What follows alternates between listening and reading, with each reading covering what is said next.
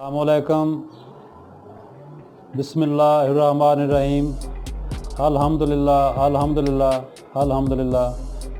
ਅਸੀਂ ਦੋ ਮਸ਼ਕਾਂ ਜਿਹੜੀਆਂ ਜੀ ਉਹ ਮੁਕੰਮਲ ਕਰ ਚੁੱਕੇ ਹਾਂ।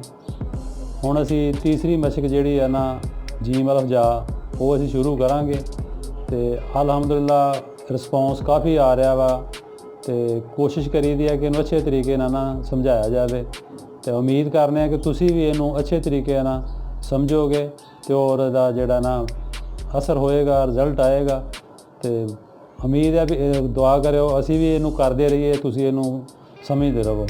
शुक्रिया जी। रहमान रहीम मश्क नंबर अज 30 है जी। सबक है साडा जिमें जी मार्कर नाल लिखांगे।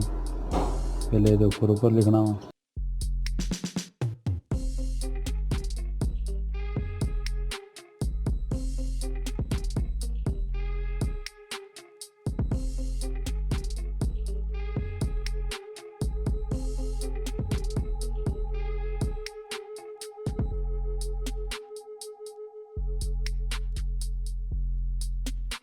ਅਸੀਂ नीचे आ के इस लाइन के हिसाब ਨਾਲ शुरू करांगे ना।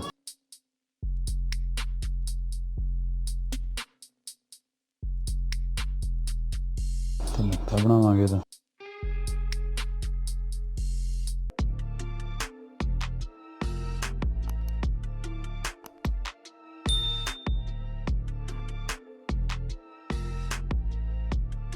तुसीं कोशिश करनी है कि जिहड़ा ना सारा ही सफ़ा लिखा जाए।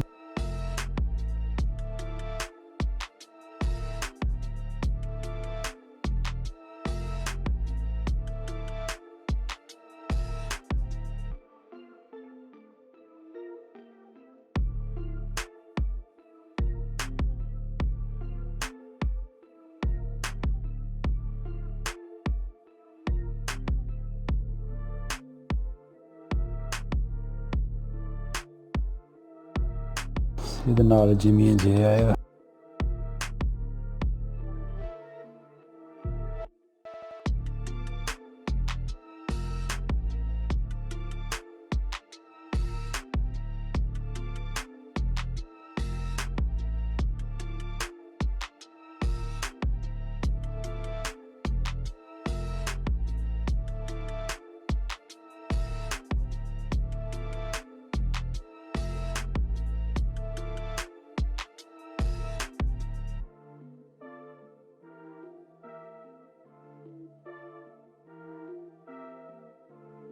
यही असी नीचे होर लिखांगे। और अज की जी साड़ी मशक है ना चीन ये अल्हम्दुलिल्लाह मुकम्मल हो गई। कल तो फिर सीन अलफ सा वाली मशक शुरू करांगे।